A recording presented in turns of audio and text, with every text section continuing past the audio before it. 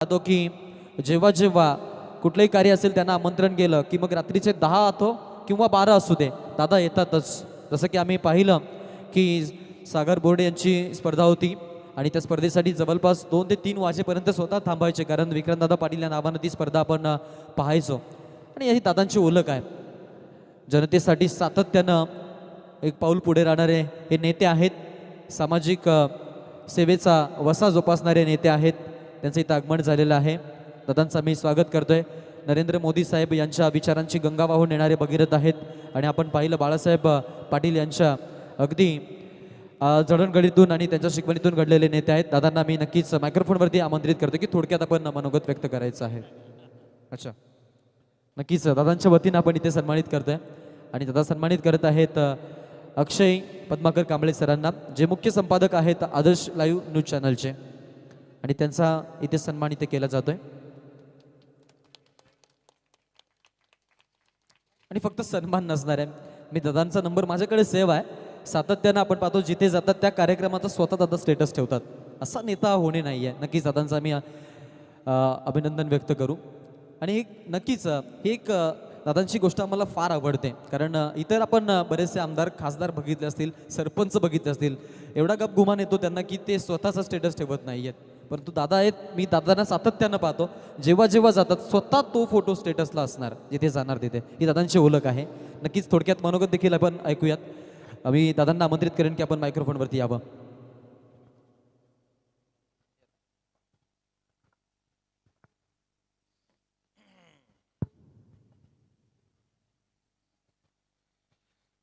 आज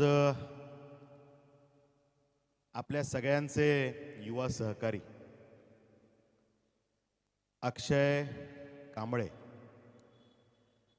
यांच्या खरं तर एका नवीन उपक्रमाचा आज शुभारंभ होतोय.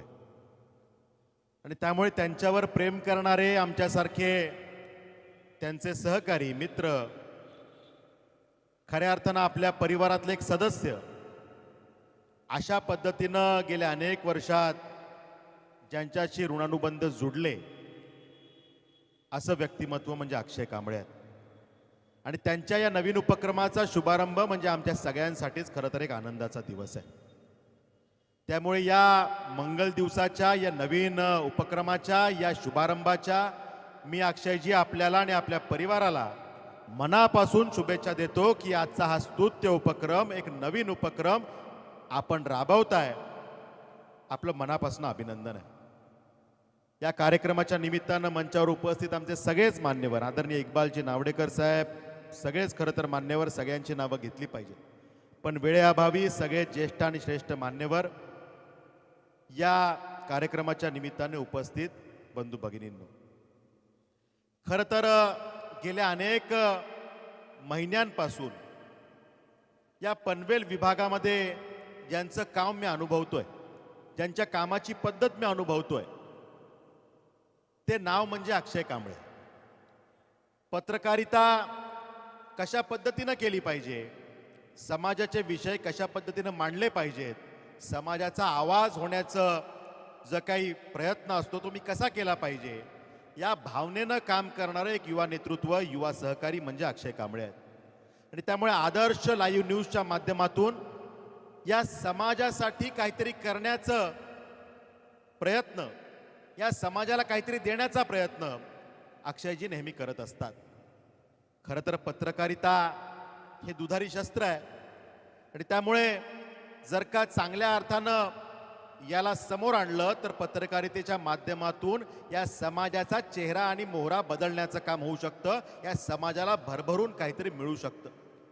पण जर का याला नकारात्मक अर्थाने वापरलं तर एखाद्याचं जीवन उद्ध्वस्त करण्याची क्षमता सुद्धा या पत्रकारितेमध्ये आहे.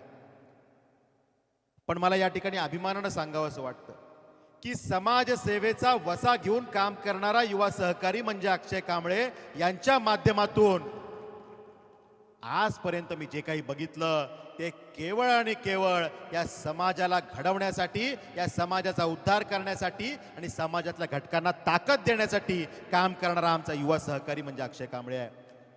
आणि त्यामुळे त्यांच्या या नवीन आदर्श लाईव्ह न्यूजच्या कार्यालयाचा उद्घाटन समारंभ म्हणजे आमच्या सगळ्यांसाठीच खरं तर ह्या जिव्हाळ्याचा दिवस आहे, जिव्हाळ्याचे हे काही क्षण आहेत.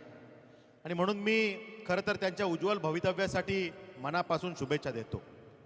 प्रत्येक विषयामध्ये अक्षय कांबळे त्या ठिकाणी हिरिरीने समोर असतात.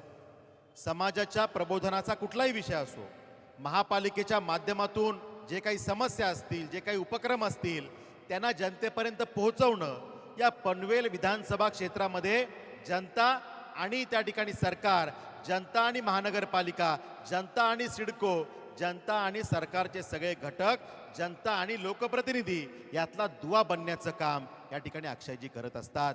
आणि त्यामुळे रस्त्यावरती काम करताना मी त्यांना बघितलंय, पण आपलं एक सुसज्ज कार्यालय असलं पाहिजे, त्या ठिकाणी अनेक विषयांचा चांगला सेटअप असला पाहिजे आणि त्या ठिकाणाहून आता मी दर्जेदार पत्रकारिता करीन हे जे काही स्वप्न त्यांनी उराशी बाळगलं आणि आज ते अस्तित्वात उतरताना जेव्हा मी बघतोय, मला मनापासनं आनंद होतोय की माझ्या सहकार्याचं आज कार्यालय थाटलं जात आहे. आणि त्यामुळे खरं तर आता ही या प्रगतीची सुरुवात आहे. आज आपल्यासारख्या पत्रकारांची या समाजाला गरज आहे. पनवेलसारखा विभाग खऱ्या अर्थानं ज्याला आज डेव्हलपमेंटच्या उंबरठ्यावरती असलेलं शहर ज्याला म्हणता येईल, म्हणजे या शहराला इतकं काही भरभरून मिळालेलं आहे आणि येणाऱ्या कालावधीमध्ये इतकं काही भरभरून मिळणार आहे की या ठिकाणी विकासाचा गुणाकार आपण येणाऱ्या काळात बघू शकतो. म्हणजे आज पनवेलच्या एका बाजूला आंतरराष्ट्रीय विमानतळ, दुसऱ्या बाजूला नैनासारखा मोठा प्रोजेक्ट, तिसऱ्या बाजूला येणारे मोठे डेटा सेंटर्स, या ठिकाणी औद्योगिक वसाहतींच्या माध्यमातून होणारं इंडस्ट्रियलायझेशन, तिसऱ्या बाजूला येणारी ही आमची तिसऱ्या मुंबईचा प्रोजेक्ट की ज्या माध्यमातून 1,00,000 करोडपेक्षा जास्त इन्व्हेस्टमेंट्स या सगळ्या भागात येणार आहेत. आणि जेव्हा या भागामध्ये हे इन्व्हेस्टमेंट येतात तेव्हा त्या माध्यमातून आमच्या पनवेलकरांना ताकद मिळवण्यासाठी काम होतं. आदरणीय मुख्यमंत्री महोदयांनी डावोसमध्ये जे करार केले त्या माध्यमातून ज्या काही इन्व्हेस्टमेंट, फॉरेन डायरेक्ट इन्व्हेस्टमेंट या भागात येणार आहेत, त्यातून आमच्या या कच्च्या बच्चांचं भवितव्य उज्ज्वल होण्यासाठीचा हा प्रयत्न आहे.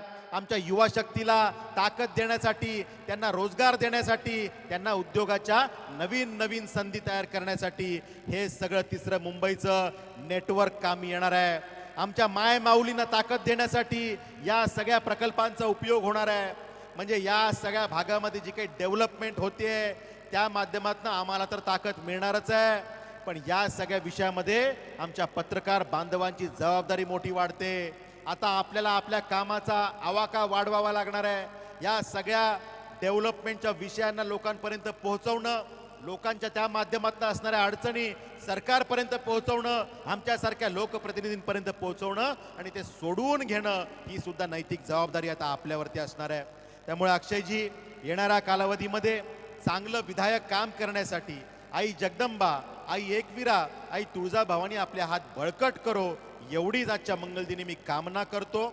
समाजसेवेचा घेतलेला वसा असाच अविरतपणे पुढे घेऊन जाण्यासाठी आपल्याला ईश्वर अधिकाधिक ताकद देव, ही मंगल कामना आजच्या मंगलदिनी करतो. आणि आपण या समाजाचा आरसा म्हणून त्या ठिकाणी काम करावं, समाजाला भरभरून देण्यासाठी काम करावं. पत्रकारितेचा जो विषय आहे, आदरणीय बाळ शास्त्री जांभेकरांनी जे काही लेखणीची ताकद आपल्याला दिली, त्या लेखणीच्या माध्यमातून अनेकांचं आयुष्य त्या ठिकाणी उज्ज्वल होण्यासाठी, सक्षम होण्यासाठी आपण त्यात मैलाचा दगड व्हावं, त्या ठिकाणी खारीचा वाटा उचलावा, आपल्या हातून चुकीचं काही घडणार नाही याची काळजी घ्यावी. कारण एखाद्या विषयामध्ये जेव्हा पत्रकारिता म्हणून एखाद्या चुकीचा संदेश जेव्हा पब्लिश होतो, नंतर कळतं की त्यात तथ्य नव्हतं, पण वेळ खूप निघून गेलेला असतो आणि त्यातून एखाद्याचं आयुष्य, करिअर बिघडण्याचं, बर्बाद होण्याचं कामही होऊ शकतं. त्यामुळे जेव्हा आपण एखादी बातमी लावतो तेव्हा त्या बातमीची सत्यता, वस्तुस्थिती ही तपासून आपण त्या ठिकाणी लावली पाहिजे. एखाद्याने चूक केली म्हणून तसंच्या तसं आपण उचलून जर का त्याला पब्लिश केलं तर त्यातून या समाजाला बिघडवण्याचं काम सुद्धा होऊ शकतं. त्यामुळे जर का आपल्या या चॅनलचं नाव आदर्श लाईव्ह चॅनल आहे तर आपलं कामही त्या पद्धतीनं आदर्शच असलं पाहिजे, ही अपेक्षा आपल्याकडनं मी करतो. येणाऱ्या कालावधीमध्ये आपल्याकडून हे दर्जेदार काम जे घडतंय, आजपर्यंत आपण चांगलं केलंय, ते अधिकाधिक वाढलं जाईल हे या निमित्तानं सांगतो. आणि शेवटी एवढंच सांगेन की पनवेलच्या या पत्रकारिता विषयामध्ये जे काही चांगले 10 पत्रकार पहिल्या 10 क्रमांकांमध्ये आहेत, त्यामध्ये आवर्जून